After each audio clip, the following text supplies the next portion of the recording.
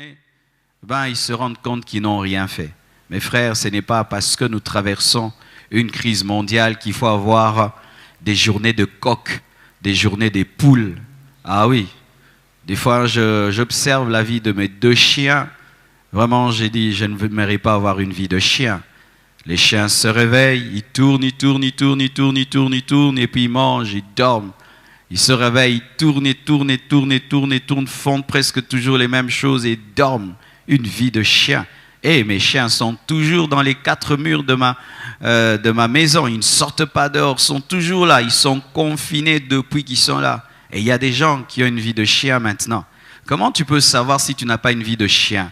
C'est lorsque, quand tu fais le bilan de ta journée le soir, tu as eu une journée humaine, une journée digne de ce nom. Tu as fait des choses positives, productrices, tu as grandi, tu as reçu des choses. Mais si tes journées, c'est dormir, manger, télé, internet, dormir, manger, eh bien, fais très attention. Tu es en train de détruire ta vie, de t'anéantir en cette période parce que ça prendra fin. Et lorsque tu sortiras de cette crise, tu vas être en retard et tu risques d'acquérir des mauvais mécanismes, un mauvais caractère, des mauvaises habitudes dont tu auras du mal à te détacher après cette crise, car faites très attention.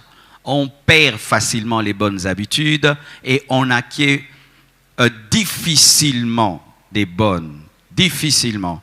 On acquiert facilement les mauvaises habitudes et on les perd difficilement. Et alors tu risques pendant 2 mois, 3 mois d'acquérir une mauvaise habitude de paresse où tu ne fais rien. Tu es seulement devant ton téléphone et devant l'écran. Et lorsque tout redevient normal, tu n'arrives plus à t'en défaire. Tu es tellement habitué à mal te comporter. Soyons comme Marie. C'est un temps où il faut méditer. Ne tombez pas dans l'activisme, même nous, hommes de Dieu. Ne tombons pas dans l'activisme de devenir le Saint-Esprit des fidèles, où il faut les entretenir matin, midi, soir, du lundi au dimanche. Non, homme de Dieu. Prends le temps aussi d'aller méditer sur ton ministère, d'aller méditer sur ta vie. Car si tu deviens le Saint-Esprit des fidèles en ces temps-ci, tu ne les aides pas.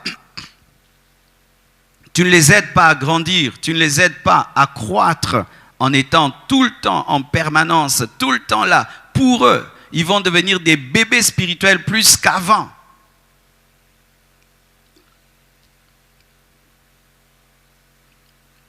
L'activisme. Marthe servait Jésus. Elle ne servait pas le diable et les démons. Elle était à la cuisine pour Jésus. Mais ce n'était pas ça qu'elle devait faire en ce moment-là. Elle devait être au pied de Jésus-Christ pour l'écouter.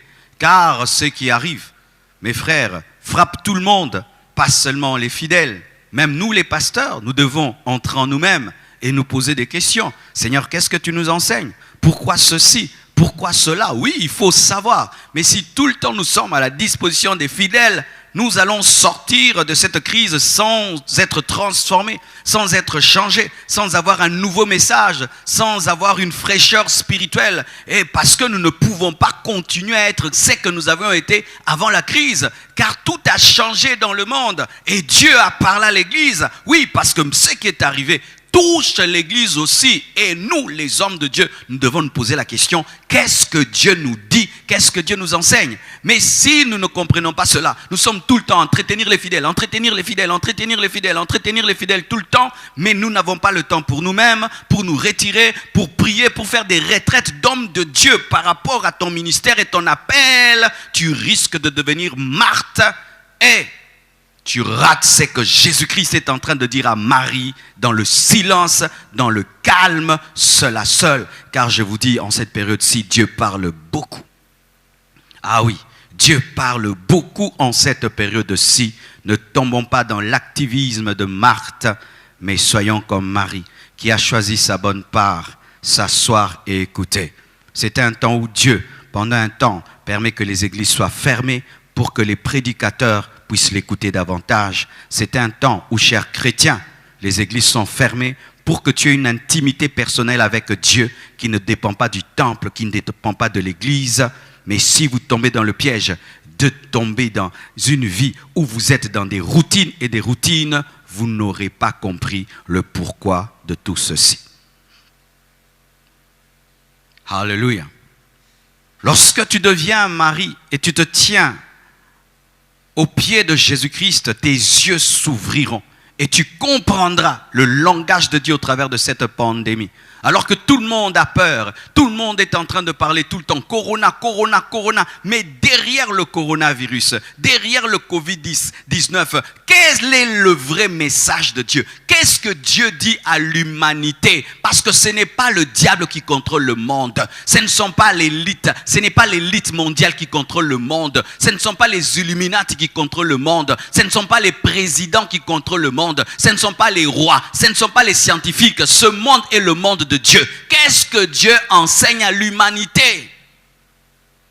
Lorsque tu deviens mari, tu comprendras le langage de Dieu derrière cette crise, car Job nous dit que Dieu parle d'une manière ou d'une autre, mais nous ne prenons pas garde. Et je vous dis, ce congé mondial, parce que Dieu a mis le monde entier en congé, un congé planétaire, mes frères, contient un puissant enseignement, mais les Marthes qui sont dans l'activisme ne le comprendront pas, vont continuer à faire ce qu'elles faisaient toujours, sans comprendre que la saison a changé. La saison a changé. Nombre 22, versets 21 à 28, nous révèle un prophète qui ne voyait pas au-delà du voile, qui ne voyait pas au-delà du visible, alors que lui ne voyait pas au-delà du voile. L'ânesse, son animal, voyait. Il s'agit de Balaam.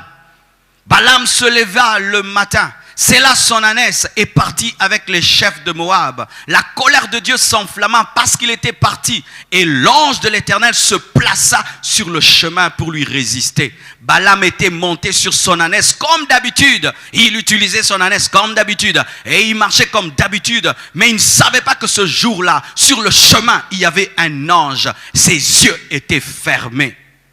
Et ses deux serviteurs étaient avec lui. Les serviteurs aussi ne voyaient pas. L'ânesse vit l'ange de l'Éternel qui se tenait sur le chemin, son épée nue dans la main. Elle se détourna du chemin, elle alla dans le champ. Balaam frappa l'ânesse pour la ramener dans le chemin. Et la Bible nous dit que Balaam a frappé son ânesse 3 fois de suite, parce que 3 fois de suite, l'ânesse voyait. L'ânesse a vu 3 fois l'ange, le prophète ne voyait rien et le prophète a frappé l'ânesse. Les hommes qui voient sont persécutés par ceux qui ne voient pas. Les hommes qui voient au-delà du voile, au-delà de cette épidémie, au-delà de cette crise, qui voient le langage de Dieu, qui comprennent le langage de Dieu, sont persécutés par ceux qui ne sont que dans la raison, qui sont que dans le scientifique, que par le concret, sont persécutés comme Balaam avait persécuté l'ânesse, parce que l'ânesse voyait ce que Balaam ne voyait pas. Si l'ânesse n'avait pas vu, jamais Balaam n'aurait su qu'il y avait un ange.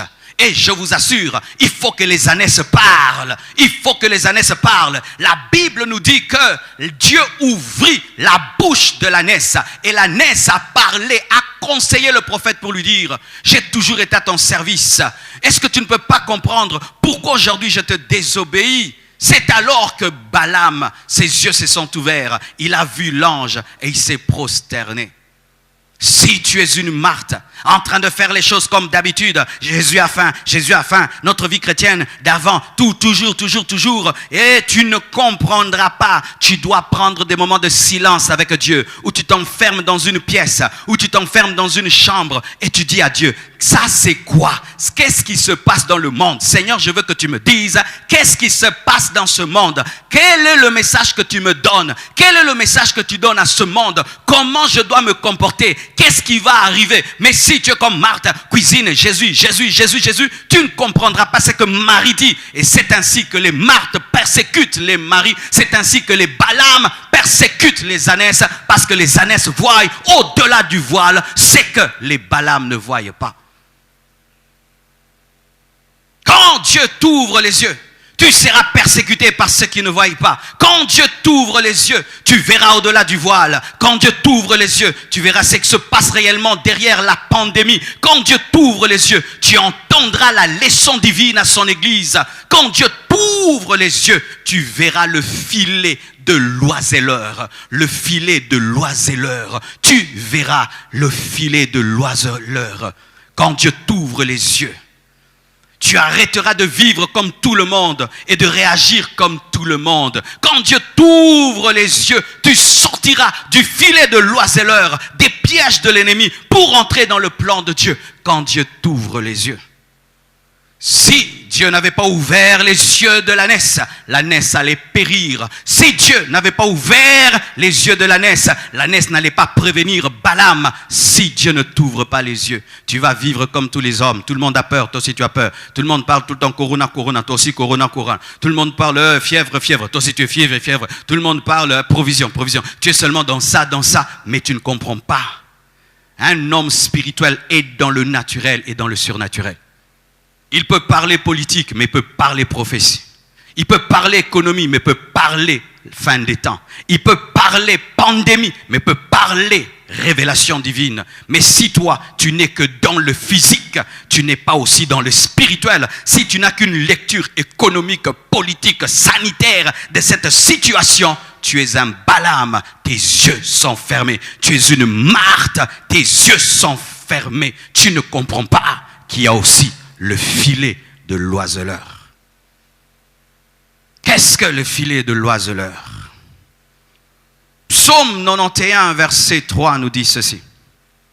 Car c'est lui qui te délivre du filet de l'oiseleur, de la peste et de ses ravages.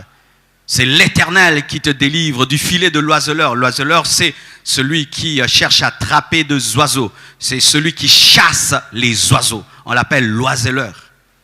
De la peste et de ses ravages. Et lorsque l'oiseleur veut attraper les oiseaux, qu'est-ce qu'il fait? Il met un filet. Et il peut y mettre quelques graines. Et lorsque l'oiseau va prendre la graine, il ne sait pas qu'il est dans le filet de l'oiseleur. Tout d'un coup, le filet se ferme et l'oiseau est attrapé. Mais regardez ici, dans le psaume 91, verset 3, on met à côté du filet de l'oiseleur la peste et ses ravages. Car c'est lui qui te délivre du filet de l'oiseleur, virgule, de la peste et de ses ravages. Ces deux choses vont ensemble. Le filet de l'oiseleur est cité avec la peste et ses ravages. Et cette pandémie, c'est la peste et ses ravages. C'est-à-dire quoi? Que le diable lance son filet sur le monde lors des épidémies et des pandémies. Le diable, l'oiseleur, c'est lui l'oiseleur, lance ses filets lors des pandémies et des épidémies. Mais Jésus est capable de nous délivrer de ces pièges. J'ai dit, Jésus est capable de déchirer le filet de l'oiseleur, car il a dépouillé les autorités et les dominations à la croix. Jésus a dit, tout est accompli. En son nom, nous avons le pouvoir de marcher sur les scorpions, sur les serpents, sur toute la puissance de l'ennemi, et rien ne pourra nous nuire. Tu peux être même dans le filet du diable, mais tu peux le déchirer et sortir de ce filet. Le psaume 124, verset 7 nous dit, notre âme s'est échappée comme l'oiseau du filet de l'oiseleur. Il est possible de sortir du filet de l'oiseleur. Le filet s'est rompu et nous sommes échappés. La croix de Jésus-Christ a déchiré le filet de l'oiseleur. Alléluia. Comme un ciseau coupe le filet, la croix de Jésus-Christ est capable de couper le filet de l'oiseleur. Notre secours est dans le nom de l'Éternel qui a fait les cieux et la terre. Mes frères et sœurs, Proverbe 6, verset 5 dit, dégage-toi comme la gazelle de la main du chasseur, comme l'oiseau de la main de l'oiseleur. Dégage-toi du filet de l'oiseleur. Dégage-toi de la main du chasseur. Dégage-toi. Frères, sœurs, il y a un filet qui est lancé sur ce monde dans cette pandémie. L'oiseleur, le diable, les démons, les sorciers, les satanistes sont en train de jeter un filet sur ce monde. J'ai reçu des informations et j'ai eu le temps de rechercher des confirmations. Mais il est vrai, dernièrement aux États-Unis, des satanistes pendant cette crise sont allés au Capitole pour rendre culte au diable. Pendant que les gens s'enferment chez eux, les gens tremblent en peur et ils portent des toges bizarres et ils vont au Capitole pour rendre culte au diable. Au-delà d'un combat contre une épidémie, au-delà d'un combat contre un virus, il y a un combat spirituel. Vous devez le savoir, mes frères. Et qui sont les commandos? C'est l'Église. Mais est-ce que nous nous comportons comme des commandos? Est-ce que nous prions? Est-ce que nous prions dans cette crise? Est-ce que nous prions dans cette crise? Est-ce que nous cherchons Dieu par rapport à cette crise? Car normalement, dans cette crise, notre vie de prière doit monter. Normalement, notre lecture de la parole doit monter. Notre consécration doit monter. Mais s'il y a guerre, le militaire, c'est quand il décide d'être comme tout le monde. Ça, c'est un distrait de militaire. Alors que les occultistes, les satanistes, c'est maintenant qu'ils se manifestent, qu'ils se révèlent clairement et ils prennent leur touche devant tout le monde dans les films. Ils marchent. Les chrétiens sont tout le temps en train de parler corona, corona, corona, corona, corona. Fièvre, fièvre, fièvre, grippe, grippe, grippe, grippe, grippe, grippe, grippe, grippe, grippe. Alors qu'au-delà de tout ceci, il y a une guerre spirituelle. Il y a deux armées qui se battent. Si Dieu t'ouvre les yeux, tu verras les anges qui sont en train de travailler comme pas possible. Si Dieu t'ouvre les yeux, tu verras que les démons sont en train de travailler comme pas possible. Si Dieu t'ouvre les yeux, tu verras que dans les hôpitaux, beaucoup meurent et vont dans le feu éternel. Si Dieu t'ouvre les yeux, tu verras comment des anges de guérison sont en train de travailler. Si Dieu t'ouvre les yeux dans les hôpitaux, tu verras comment des esprits de mort sont en train de travailler. Dégage-toi par le Saint-Esprit de ce filet de l'oiseleur. Et qu'est-ce que ce filet de l'oiseleur? La distraction. La distraction. S'il y a une arme dans une guerre, c'est la distraction. Distrait seulement une armée, même si c'est une puissante armée, elle perdra. La distraction, c'est une arme subtile du diable, mais très efficace en ce temps de la fin. La distraction, l'Église est distraite. Les chrétiens sont distraits. Ils se réveillent, au lieu de fléchir les genoux pour entendre les nouvelles du ciel. Ils se réveillent et vont au téléphone. Qu'est-ce qu'on a dit encore? Combien de nombre de morts? Combien de ceci? Est-ce qu'ils ont trouvé le vaccin? Est-ce qu'ils ont trouvé ceci? Il n'a pas prié le matin. Il n'a pas lu la Bible. Il n'a rien fait. Directement, les nouvelles, les nouvelles, les nouvelles. Distraction, filet de l'oiseleur. Filet de l'oiseleur. Et lorsque le matin tu te réveilles, et ce sont les nouvelles, tu penses que tu auras la foi? Tu penses que tu auras la joie, tu penses que tu auras la paix, tu penses que tu auras assez d'énergie spirituelle pour t'opposer à cet esprit de mort, à t'opposer à cette pandémie, à avoir la foi si cette épidémie t'attrape de dire non, je ne veux pas tomber malade. Tu penses que tu auras la foi. Les gens n'écoutent plus la parole de Dieu. Si les églises arrêtent de faire les lives, si les pasteurs arrêtent de faire le live, est-ce que vous aurez la force d'aller lire vos Bibles?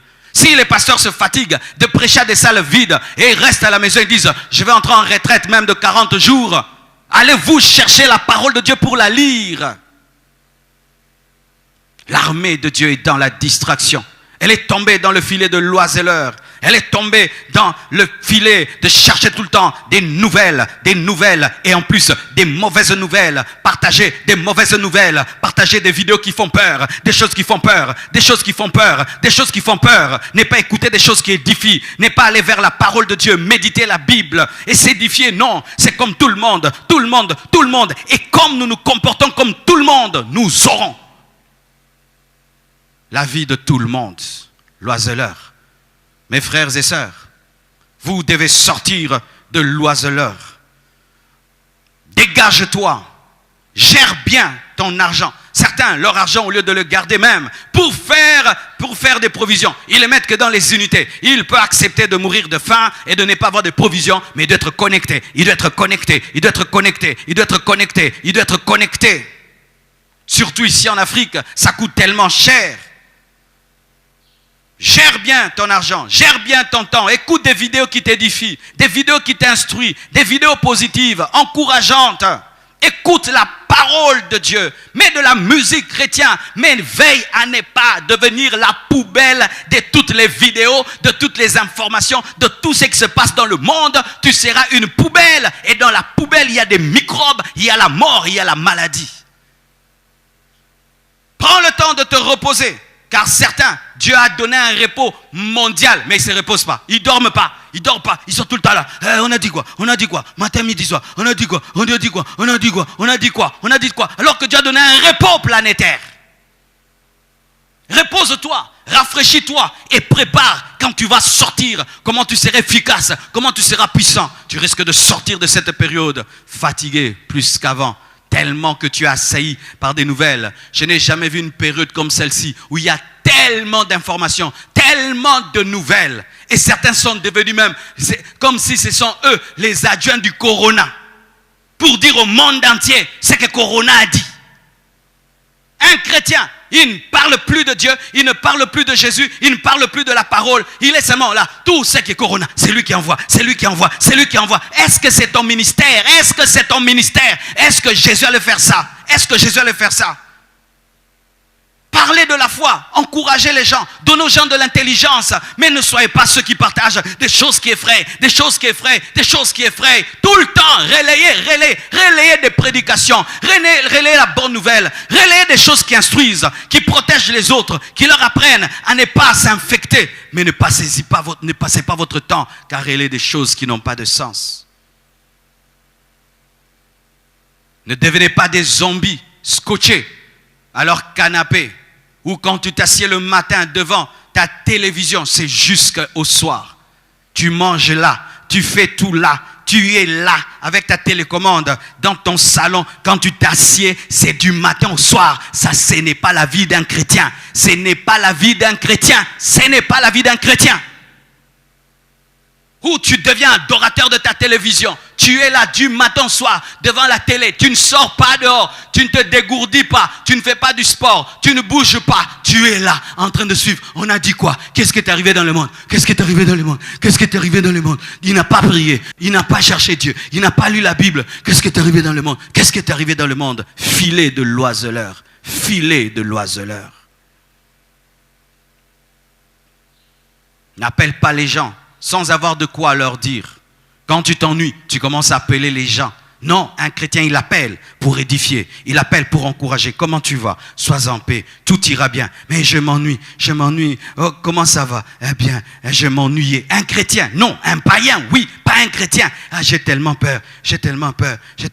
Comment ça va?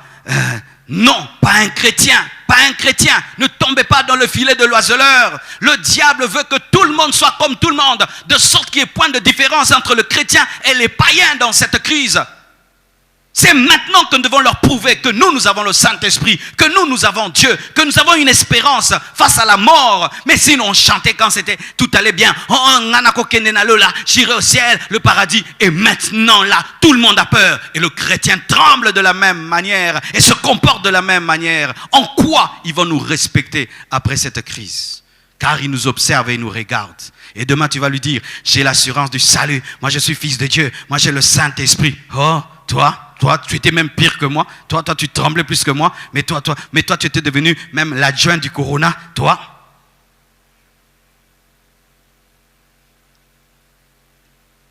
Et j'aimerais vous dire, mes frères et sœurs, pour ma part, j'ai toujours vécu en confinement. Parce que ma vie, c'est l'église et je suis à la maison. Je peux être chez moi pendant 2 jours. Je suis chez moi et je sors que pour prêcher. Et puis je rentre chez moi.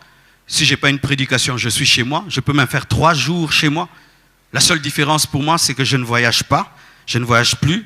Et je ne prêche pas devant une foule. Ma part, n'est pas voyager et n'est pas prêcher à une foule. C'est ma vie de tous les jours. Je fais 2 jours à la maison. Et comment je fais? Je suis un homme très actif à la maison. Je suis chez moi à la maison, mais je fais beaucoup de choses à la maison. Je fais du sport à la maison. J'écris à la maison. Je réfléchis à la maison. J'ai le temps avec les enfants, j'ai le temps avec ma femme, je m'instruis. Je regarde aussi des vidéos qui me rendent intelligent, qui m'apprennent des choses nouvelles, des gens qui sont calés, compétents plus que moi. Je les écoute dans des domaines qu'ils maîtrisent plus que moi. Je continue à apprendre, je continue à étudier tous les jours à la maison, apprendre tous les jours, avoir un programme du matin jusqu'au soir. Je vais faire ceci le matin, je vais faire ceci à midi, je vais faire ceci le soir, je vais faire ceci comme je suis là. J'ai un programme, ce n'est pas que je vis comme un chien. Non, je vais à l'église. Quand je finis, je fais ça. Demandez aux moines. Les moines qui vivent dans les monastères depuis toujours, comment ils y vivent? Tu trouves un moine, il est très intelligent, il connaît beaucoup de choses. Mais comment ils font? Ils vivent dans le confinement, mais ils ont appris à être actifs dans leur monastère. C'est ce que nous devons apprendre. Parce que l'homme moderne est tellement actif au dehors de sa maison qu'il ne sait pas être actif dans sa maison. C'est lorsque nous sortons au dehors que nous sommes actifs. Les enfants sont au dehors et nous sommes actifs. Et lorsque nous rentrons à la maison, c'est la télévision, se détendre. Mais maintenant, nous ne sortons plus. Et qu'est-ce qui se passe? Dans ce confinement, les gens sont dans une détente permanente. C'est qu'il y a un filet de l'oiseleur. J'espère que vous me comprenez. Quand tout allait bien, tu te réveillais à 6 heures et tu allais au boulot et tu rentrais à 16 heures. Et quand tu rentres, c'est quand tu regardes les informations pendant 1 heure et puis tu dors. Mais maintenant, qu'est-ce qui se passe? Tu ne vas plus au travail. Les enfants ne vont pas à l'école. Et qu'est-ce qui va se faire? Tu vas maintenant avoir des détentes de 10 heures du temps. Et imaginez pendant 1 mois, tu as regardé la télé pendant 10 heures du temps par jour. Tu vas en sortir obèse. Tu vas sortir avec un cerveau rétréci. Tu vas en sortir avec un problème de vision, un problème de mémoire. Tu vas en sortir avec beaucoup de problèmes de santé. C'est ça le filet de l'oiseleur. Pendant que nous sommes concentrés sur une maladie, le diable est en train d'attaquer notre mode de vie, d'attaquer notre spiritualité, d'attaquer nos qualités, d'attaquer notre discipline, d'attaquer notre vie de prière, d'attaquer notre concentration, d'attaquer notre foi. Alléluia. Avec Dieu, c'est possible, mes frères. C'est possible. C'est possible de se discipliner et de remarquer, mais là je commence à me comporter comme tout le monde. Mais je suis tombé dans le filet de l'oiseleur. Mais je suis tombé dans la distraction comme tout le monde. Et tu te rends compte, mais l'oiseleur m'a eu, l'oiseleur m'a eu, l'oiseleur m'a eu. Déchire son filet, dégage-toi, discipline-toi, sors de là. Au point où tu prends ton téléphone, tu dis, ça, désormais, toi, je vais commencer à te toucher à partir de 10 heures. De telle heure à telle heure, je ne te touche pas, tu es là. Je suis dans la prière, je suis avec ma Bible, je suis avec mes livres, je te touche qu'à 10 heures, à 11 heures. Décide-toi, cette télévision, je vais l'ouvrir qu'à partir de 16 heures. Mais de telle heure à telle heure, je ne l'ouvre pas. Je dois être avec ma femme, avec mes enfants, je dois faire du sport, je dois m'instruire. Décide-toi, si tu ne le fais pas, le filet de l'oiseleur t'aura. Et quand tu passeras toutes tes journées sur Internet, ce sont les moments de prière et d'intercession. Dans les loges, ils font des réunions. Dans les loges, ils sont en train d'envoûter, d'invoquer. Ils sont en train de faire des pratiques mystiques. Et l'église qui doit prier, l'église qui doit jeûner, est devant des téléphones, en train de commenter des choses, de commenter. Au lieu de prier, il n'a pas prié, il n'a pas cherché Dieu, il n'a pas béni la journée, il n'a pas béni sa nation. Chère église du Congo, vous devez prier pour le Congo. Regardez la nation dans laquelle nous sommes. Est-ce qu'elle est capable d'affronter une véritable vague de coronavirus? Parce que ce qui nous arrive, ce n'est pas encore la vague. La vague a touché la Chine, elle a touché l'Europe. Maintenant, elle est aux États-Unis. La vague là n'est pas encore venue aux États-Unis. Pour ceux qui ne savent pas, c'est 45 morts, c'est 50 personnes atteintes. Ce n'est pas encore la vague. La vague est en train de tourner. Bientôt, elle va venir en Afrique. Et si maintenant elle venait au Congo, avec quelle organisation nous avons? Quels hôpitaux? Quel nombre d'hôpitaux, quel nombre de respirateurs. Et nous, les chrétiens, nous sommes distraits. Alors que si cette vague frappe, alors là, vous aurez des deuils dans vos maisons. Et au lieu de prier, nous sommes là en train de parler. Regardez, ça, regardez. Combien de temps vous priez? Il faut seulement qu'on puisse déclarer sur Internet, jeûne de 3 jours pour tous les chrétiens dans le monde. Et là, on se réveille, on prie. Maintenant, comme le jeûne est fini, comme tout le monde se réveillant sur Internet, les nouvelles et dormant dessus, Dieu est en train de chercher une armée, de chercher des hommes de prière, des hommes différents, comme Lot. Sodome et Gomorrhe est dans la distraction, dans l'homosexualité, mais Lot se retire. Dieu est en train de chercher des hommes pareils. Vous voyez des versets, il y a des versets qu'on ne comprenait pas. Maintenant, je les comprends davantage. Quand Dieu dit, je cherche un homme. Je dis, est-ce que Dieu peut chercher un homme? Je vous dis, Dieu cherche des hommes. Quand la distraction touche le monde, c'est rare de trouver des hommes différents. Des hommes qui comprennent les choses autrement. Et qui ne sont pas dans le langage de tous, le comportement de tous, et qui voient au-delà du voile, et qui comprennent que c'est le moment de se retirer. C'est le moment de chercher Dieu. C'est le moment de prier. C'est le moment de bénir cette nation. Car cette épidémie peut venir dans une nation, sans ordre, et puis elle contourne. Dieu est capable de le faire. Oui, Dieu est capable de le faire. Oui, il a pitié de vous. Il a compassion de vous. Ici, vraiment, ce sera terrible. Mais à cause de mon serviteur, à cause de mon enfant qui est là, l'épidémie passe. Si l'ange de la mort pouvait passer outre les maisons qui avaient le sang, Dieu peut le faire encore. Mais qui est en train de prier? Qui se tient à la brèche? Qui se comporte différemment? Et ça, tu n'as pas besoin d'en faire la publicité sur Internet. Et je suis en train de prier. Non, pas ces choses-là. Dans le secret de ta vie, dans le secret de ta chambre, dans le secret de ton intimité avec Dieu. Tu te tiens à genoux tous les jours. Alléluia. Et le plus grand filet de l'oiseleur, le plus grand piège de l'ennemi, c'est que nous puissions oublier que Jésus-Christ est dans la barque agitée. C'était ça le thème de mon message. Pour que nous puissions oublier que Jésus-Christ est dans la barque agitée. Marc 4, versets 37 à 41, la Bible dit, « Il s'éleva un grand tourbillon, et les flots se jetaient dans la barque comme aujourd'hui, au point qu'elle se remplissait déjà comme aujourd'hui. Et lui, Jésus, il était calme. Pendant que nous sommes agités, Dieu est calme. Et lui, il dormait à la poupe sur le coussin. L'eau remplie, mais lui, il est sur le coussin. Ils le réveillèrent et lui dirent, « Maître, ne t'inquiètes-tu pas de ce que nous périssons? Seigneur Jésus, tu ne t'inquiètes pas de ce que le couronné est en train de frapper le monde. » S'étant réveillé, il menaça le vent et dit à la mer, « Silence, tais-toi. » Et le vent cessa et il y eut un grand calme. Il est capable de le faire encore.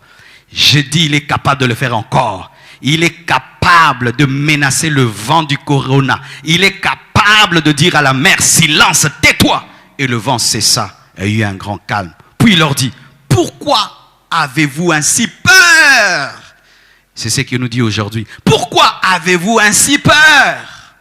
Comment n'avez-vous point eu de foi?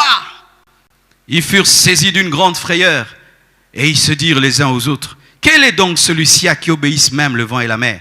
Là, ils n'avaient plus peur de la mer. Ils ont commencé à avoir peur de Jésus. Alléluia.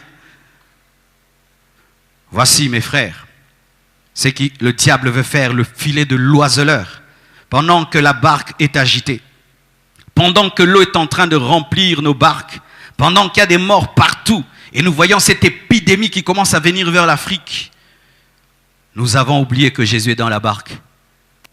C'est ça le piège du diable, que tu oublies que Jésus est dans ta maison, que tu oublies que Jésus est dans ta vie. Lorsque tu as des fièvres, tu oublies que Jésus, oh je vais mourir.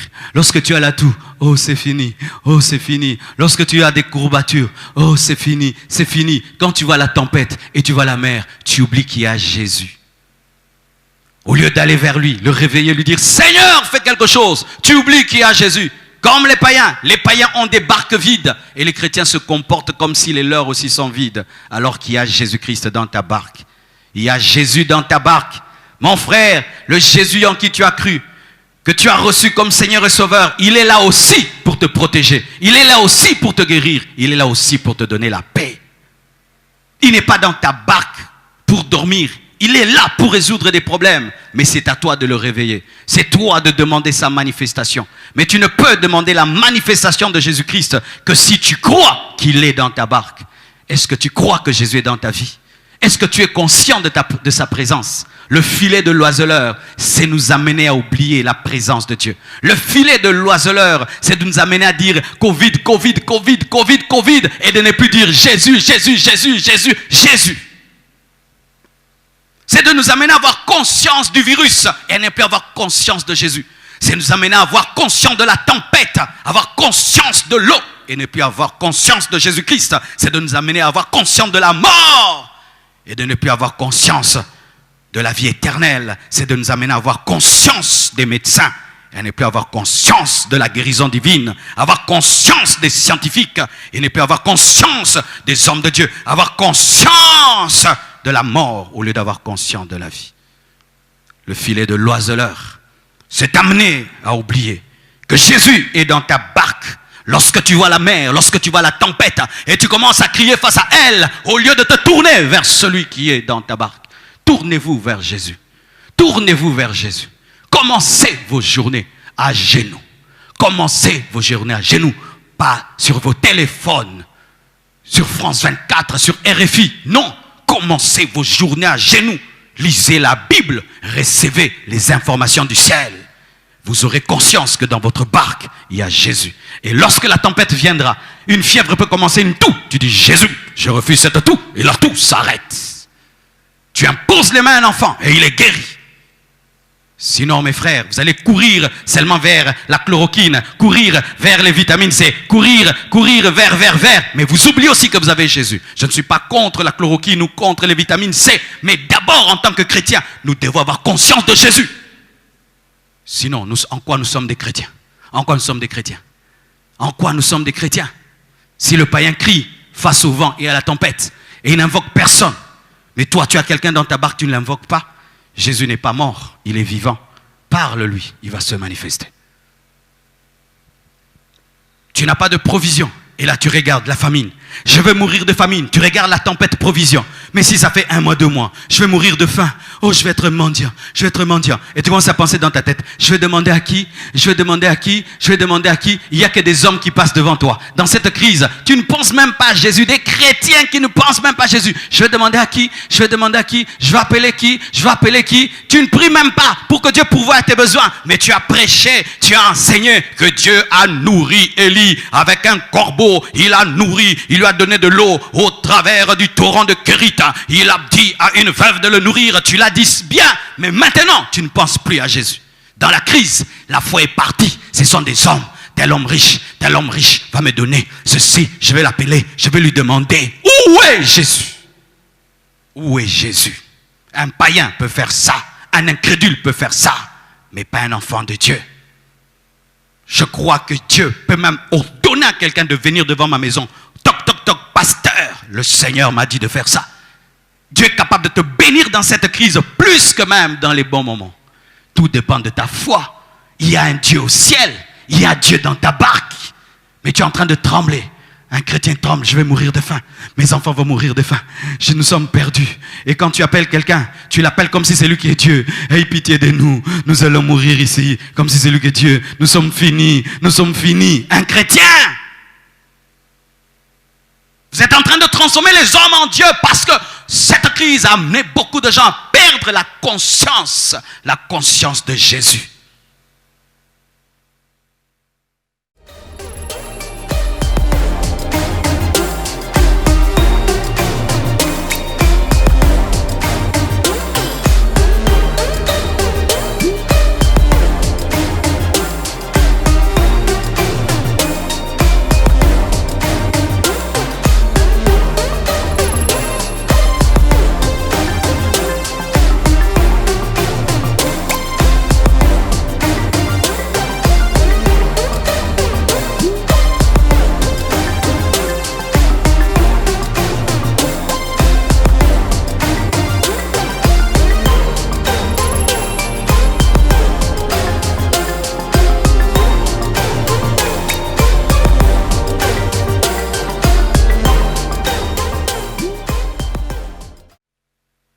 Et ce n'est pas la première fois que cela arrive. Dans 1 Samuel 17, verset 23-26, lorsque David est allé, dans 1 Samuel 17, verset 23-26, est allé à la guerre pour prendre soin de ses frères et s'enquérir de leur situation, il a trouvé quoi? Un dilemme, il a trouvé un drame. Il a trouvé un drame. Toute l'armée d'Israël, toute l'armée de Dieu, toute l'armée de l'Éternel des armées, toute l'armée de l'Éternel des armées, avec le roi Saoul en train de trembler devant Goliath. Il a vu un géant païen, un circoncis, les insulter et les défier. Personne ne lève le doigt. Il revient, il les insulte. Personne ne lève le doigt. Tous tremblent et commencent à parler. Goliath, Goliath, Goliath. Et le nom Goliath était devenu célèbre dans l'armée d'Israël. Goliath. On ne parlait plus de l'Éternel. On ne parlait plus de Saoul. On parlait de Goliath, Goliath, Goliath, Goliath, Goliath. Goliath était devenu la star en Israël. Goliath, le nom Goliath était plus cité que le nom de l'Éternel dans l'armée d'Israël. Jusqu'à ce qu'un adorateur est venu. Ce n'était pas d'abord un militaire, c'était un berger, mais un adorateur.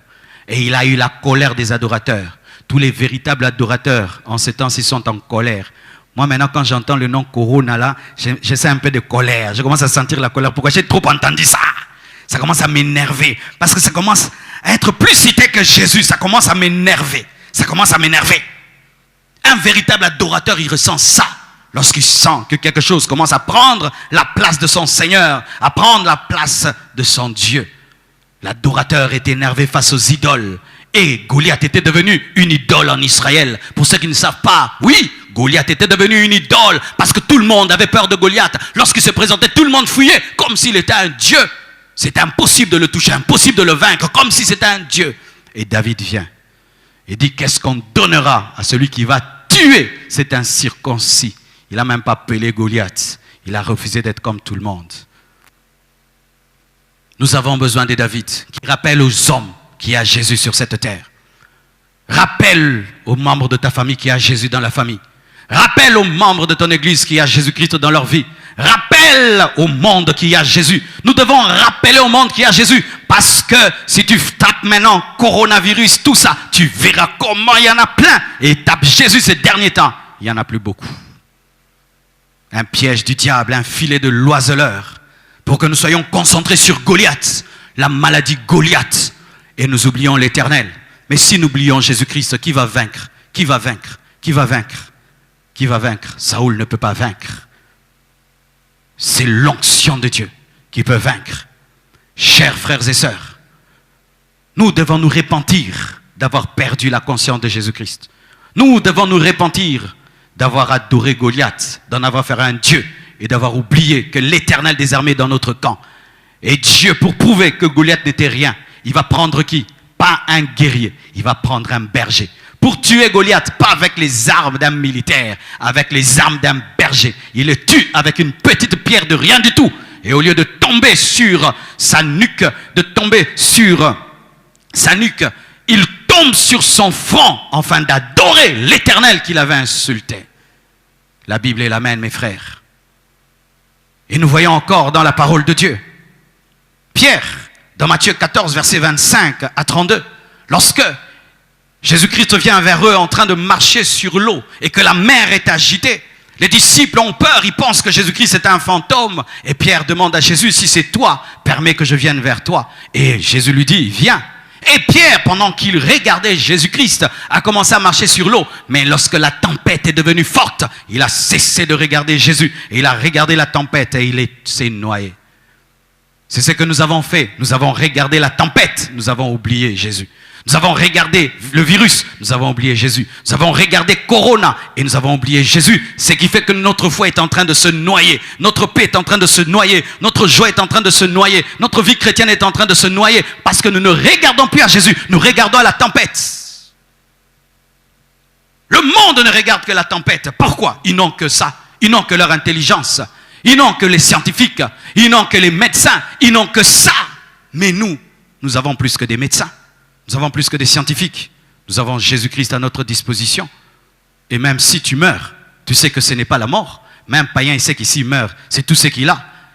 La seule vie qu'il a sur cette terre, c'est cette vie-ci. Il n'a pas un espoir par rapport au futur. Mais nous savons que même si tu vis 1000 ans sur la terre, ce n'est pas la vraie vie. La vraie vie est dans l'éternité. Et nous devons démontrer cela maintenant. Pas marcher en tremblant, en ayant peur, en attendant tout d'un coup que tu mourras et tu trembles. Quoi? Tu penses que cette terre c'est le paradis? Tu penses que la vie ici-bas c'est le paradis? Ainsi Pierre se noie. Pourquoi? Parce qu'il a perdu la conscience de Jésus. Et il était rempli de la tempête. Et quand la tempête remplit ton cœur, tu vas te noyer dans l'eau. Tu dois regarder à Jésus. Cite le nom de Jésus. Dis Jésus souvent dans tes journées. Dis Jésus souvent. Parce que maintenant, c'est Corona qui sort beaucoup plus. Dis Jésus le matin. Jésus, dis Jésus pour ne pas l'oublier. Oh, pour ne pas l'oublier. Car la Bible dit que c'est de l'abondance du cœur que la bouche parle. Quand le cœur est rempli de Jésus, la bouche dit Jésus. Et quand le cœur est rempli de Corona, la bouche dit Corona. Ne dis pas non, moi mon cœur est rempli de Jésus. La preuve que ton cœur est rempli de Jésus, tu diras Jésus. Alléluia. Nous voyons encore Marie et Joseph qui ont oublié Jésus. Oui, la maman de Jésus l'a oublié. Dans Luc 2, versets 41-43. Les parents de Jésus allaient chaque année à Jérusalem à la fête de Pâques. Lorsqu'il fut âgé de 12 ans, ils y montèrent selon la coutume de la fête. Puis quand les jours furent écoulés et qu'ils s'en retournèrent, l'enfant Jésus resta à Jérusalem. Son père et sa mère ne s'en aperçurent pas. Écoutez cette précision. Ils avaient l'habitude d'aller tous les jours, chaque année à Jérusalem, quand c'était la Pâque. Et ils y allaient quand?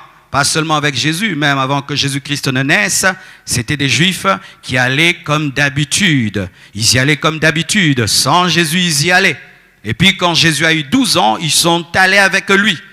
Et il est resté. Et ils ne se sont pas rendus compte parce que c'était une habitude qu'ils avaient d'aller et de revenir sans quelqu'un. Et ils ont oublié que cette fois-ci, c'était différent. Ils avaient amené leur fils et ils l'ont oublié.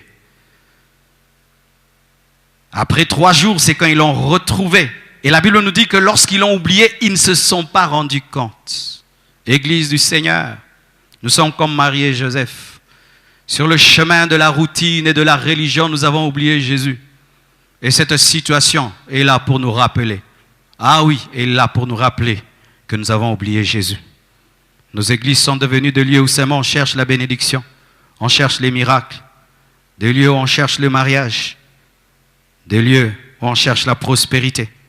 Les gens ne cherchent plus la communion avec Jésus. Quelqu'un peut vivre dans le péché. S'il a l'argent, s'il voyage, s'il a tout, ben il se contente. Il y a des églises dans lesquelles, de janvier en décembre, on ne prêche pas la repentance. On ne fait accepter personne Jésus-Christ. Des églises dans lesquelles, de janvier en décembre, il n'y a même pas une prédication sur Jésus. De janvier en décembre, les démons. De janvier en décembre, la prospérité. De janvier en décembre, le succès. On ne parle pas de l'éternité. On ne parle pas de Jésus. Jésus est absent. On écrit l'église de Jésus, mais quand on entre dans l'église, aucun message sur Jésus, aucun souci des âmes, aucun fardeau des âmes. Comme Marie et Joseph, nous l'avons perdu. Nous sommes comme l'église de Laodicée, dans laquelle le Seigneur, le maître de l'église, se retrouve en dehors de l'église et il frappe pour qu'on lui redonne son église. Cher homme de Dieu,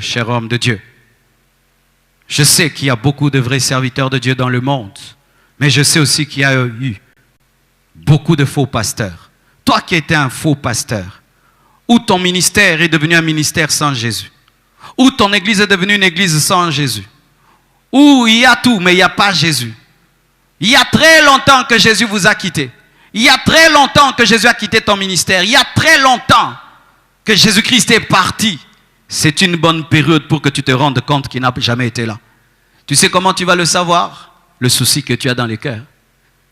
Si, homme de Dieu, ton souci pendant ces temps-ci, c'est est-ce que ces âmes vont rester fidèles à Dieu? Est-ce que ces fidèles, si elles attrapaient la maladie, est-ce qu'elles iront au ciel? Seigneur, est-ce que je leur ai bien prêché? Si c'est ça ton souci, tu as été un bon pasteur. Mais si ton souci, c'est quoi? C'est l'argent, les dîmes, la caisse vide. Ton souci, c'est ton futur. Comment maintenant je vais vivre? Comment maintenant je vais manger? Comment mes enfants vont manger? Comment je vais faire? Moi, je ne faisais que ça dans ma vie. Maintenant, je vais finir où? Oh, homme de Dieu, il y a longtemps que tu avais laissé Jésus. Très longtemps que tu avais laissé Jésus. C'était devenu une boutique et ta boutique est fermée. C'était devenu un magasin et ton magasin est fermé. C'était pour toi une manière de vivre. Il n'y avait pas d'appel de Dieu. Ou tu avais eu un appel de Dieu, mais sur le chemin, tu as oublié Jésus. Et maintenant, tu te rends compte. Qu'est-ce qui te fait mal dans cette période, cher homme de Dieu? Qu'est-ce qui te fait mal? Les âmes ou l'argent? Qu'est-ce qui te fait mal? Ta gloire de prêcher devant une grande foule ou le souci de nourrir les fidèles? C'est là que tu peux savoir si en chemin, tu as fini par oublier ta vision, ton appel, ou même tu n'as jamais eu d'appel de Dieu. C'était seulement une manière pour toi de gagner ta vie et de vivre. En chemin, même des chrétiens peuvent oublier Jésus. Quand tu t'es converti, ton souci c'était le ciel. Quand tu t'es converti, ton souci c'était la vie éternelle. Cher chrétien, pendant que les années sont passées, tu es tombé dans la distraction du temple. La distraction du temple et tu as oublié Jésus. Chacun de nous, pendant cette période, doit faire une retraite, doit faire une introspection. Et je dis ceci, si cette période, c'était la période de l'enlèvement, quel genre de chrétien tu allais être devant l'enlèvement?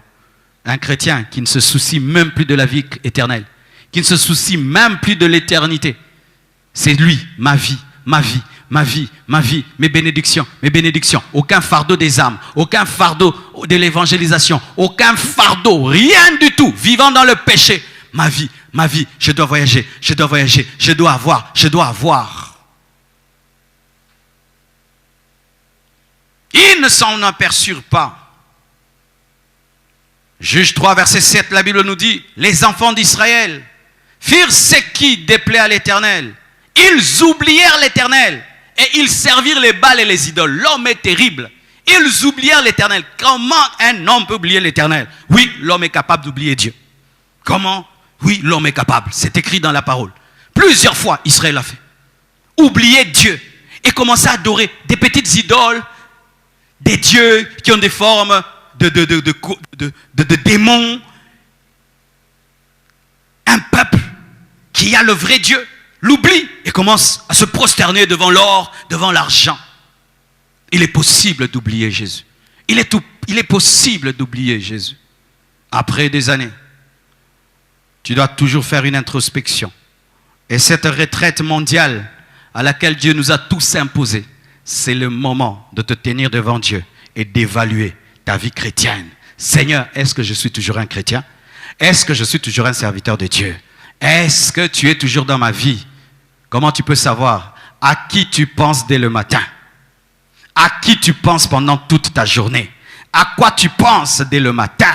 À quoi tu penses toute ta journée? C'est ainsi que tu peux savoir si tu as oublié l'Éternel ou si il est toujours présent dans ta vie.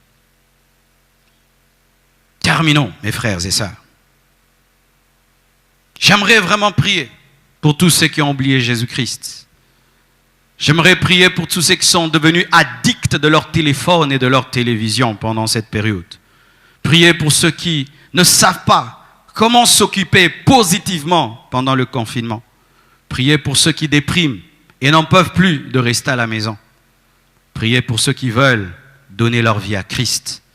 Tu viens de te rendre compte qu'en soi que cette vie est une vanité. Tu viens de te rendre compte qu'au-delà de tout, l'argent, les maisons et tout, il y a quelque chose de plus important, la spiritualité, la communion avec Dieu. Car je bénis Dieu, pendant cette période, beaucoup de gens sont en train de se convertir. Beaucoup de gens sont en train de comprendre que ce monde touche à sa fin. Sont en train de comprendre que tout est éphémère. Et je vous encourage, mes frères, allez jusqu'au bout de votre décision. Donnez vos vies à Christ, totalement. Et vous, qui êtes devenus addicts à vos téléphones, dégagez-vous du filet de l'oiseleur. Prenez votre téléphone et regardez-le et dites, tu n'es pas mon Dieu. Tu ne peux pas être alpha et oméga de ma vie.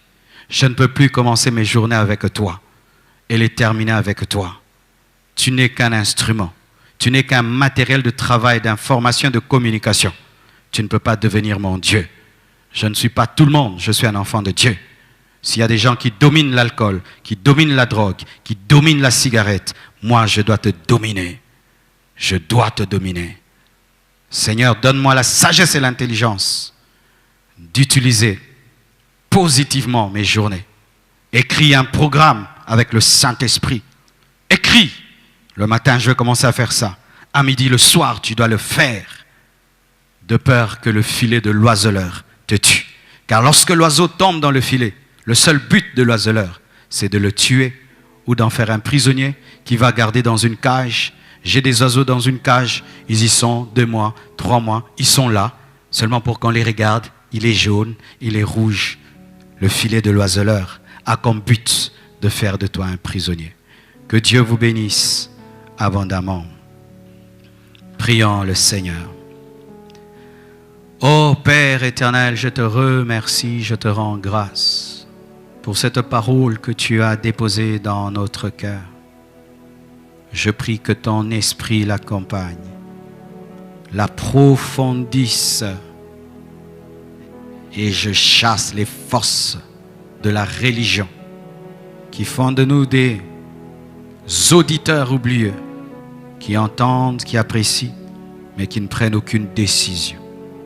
Ouvre nos yeux comme tu as ouvert les yeux de l'ânesse de Balaam, afin que nous puissions voir au-delà du voile. Jésus, donne-nous d'avoir conscience de toi dans notre barque agitée. Pardonne-nous car nous t'avons oublié. Nous t'avons oublié, Jésus. Pardonne-nous. Pardonne-nous, Seigneur Dieu de gloire, de nous être comportés comme tout le monde et d'avoir laissé un virus prendre le monopole de nos langues, de nos lèvres, alors que c'est toi, notre roi et notre Seigneur. Agis dans les familles, agis dans les maisons. Entre dans la vie de cet homme, de cette femme qui a besoin de toi comme son Seigneur et son Sauveur. Amène-la à la repentance. Jésus, fais-le. Dis avec moi, je confesse de ma bouche le Seigneur Jésus-Christ. Je crois dans mon cœur que Dieu l'a ressuscité d'entre les morts. Jésus, pardonne-moi. Donne-moi le Saint-Esprit. Écris mon nom dans le livre de vie. Deviens mon Seigneur et mon Sauveur. Merci Jésus. Sauve-moi, change-moi. Jusqu'à la fin de mes jours, je te servirai. Au nom de Jésus-Christ. Seigneur, guéris tous les malades dans les hôpitaux et dans les maisons. Guéris tous les malades dans les hôpitaux et dans les maisons. Guéris tous les malades dans les hôpitaux et dans les maisons. Soutiens les gouvernements qui doivent prendre des décisions très délicates. Soutiens les infirmiers et les médecins. Soutiens ton peuple. Soutiens tes serviteurs. Soutiens les familles. Au nom de Jésus-Christ. Que Dieu te donne la provision, comme il a donné la provision à Noé avant le déluge. Au nom de Jésus-Christ. Amen. Gloire au Seigneur. J'aimerais dire, ne coupez pas le live,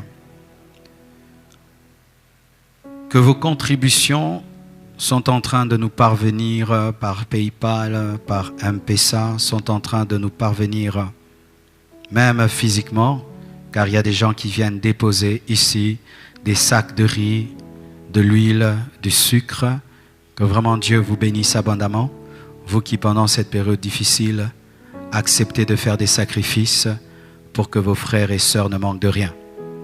Le Seigneur nous avait mis à cœur d'organiser une banque alimentaire, un restaurant du cœur pour aider nos frères et sœurs qui risqueront d'avoir des problèmes alimentaires. Alors pour l'instant nous sommes seulement en train d'en tréposer. Et quand le temps sera venu, nous allons nous organiser pour aider ceux qui seront dans le besoin. Vous voulez contribuer à la fin de la vidéo? Vous allez voir toutes les coordonnées. Envoyez, ça arrivera. Et si vous voulez vous déplacer et venir jusqu'à l'église Compassion, nous sommes à Limité 2e rue, quartier industriel, numéro 4. Et le secrétariat est ouvert du lundi au samedi, de 9h à 16h. Et dimanche, de 9h à 14h. Le numéro de contact du secrétariat, c'est le plus 243 81 506 78 81. Plus 243 81 506 78 81. En plus de la banque alimentaire de la boutique du cœur, le Seigneur nous a mis à cœur de soutenir les médecins et les infirmiers, les hôpitaux, en apportant des masques, des gants, des combinaisons. Et nous sommes toujours en train d'y travailler avec le département des médecins de la Compassion. Mais si vous êtes d'autres églises et vous êtes à l'étranger, vous voulez faire quelque chose, vos dons aussi seront les bienvenus. Et pour finir, le Seigneur m'avait parlé des Bétzalel, des hommes qui ont le Saint-Esprit pour inventer, pour qu'ils puissent fabriquer des masques, fabriquer des combinaisons et même des respirateurs. Et quand on en a parlé concernant les respirateurs, c'était comme si j'étais un rêveur. Est-ce qu'on peut avoir des respirateurs congolais? Eh bien, j'ai reçu des informations qu'en ce temps-ci, il y a des gens aux États-Unis, en Europe, qui n'étaient pas spécialisés en médecine, mais qui sont en train de prêter main forte au gouvernement. Il y a par exemple Ford, Tesla, qui sont en train de fabriquer des respirateurs et d'autres compagnies qui vendaient des voitures, qui étaient dans l'aéronautique, les avions, sont en train de prêter main forte à leur gouvernement pour fabriquer des respirateurs. Donc, je ne suis pas dans un délire. Les nations organisées ont appris à leur population l'esprit d'être des sauveurs. C'est pourquoi là-bas, lorsque quelqu'un met sa vie en danger, entre dans un trou et sauve un enfant, tout le monde en parle. C'est maintenant que nous avons besoin des étudiants de l'ISTA. Et béni soit Dieu, je suis en contact avec quelqu'un d'influent dans notre pays. C'est un homme d'affaires qui veut vraiment aider les inventeurs. Que nous puissions déjà commencer cela. D'ici là, nous allons fixer un rendez-vous quelque part, pas très nombreux, 10 à 15 personnes. Nous allons en parler. C'est le temps pour le Congo de se réveiller. Que Dieu vous bénisse. Et nous avons un grand rendez-vous. Le dimanche 12 avril, nous aurons une Sainte Seine. Si tout redevient à la normale, nous allons tenir ça ici à l'église. Mais si le confinement perdure, nous aurons une Sainte Seine en live. Le dimanche 12 avril, de 12h à 13h30. Alors comment nous allons faire? Moi je serai ici avec mon pain et mon jus de raisin. Toi aussi tu fais de même chez toi. Tu prends le pain et les jus de raisin. C'est ce qu'on vous a toujours enseigné de faire la Sainte Seine à la maison. Tu feras cette fois-ci.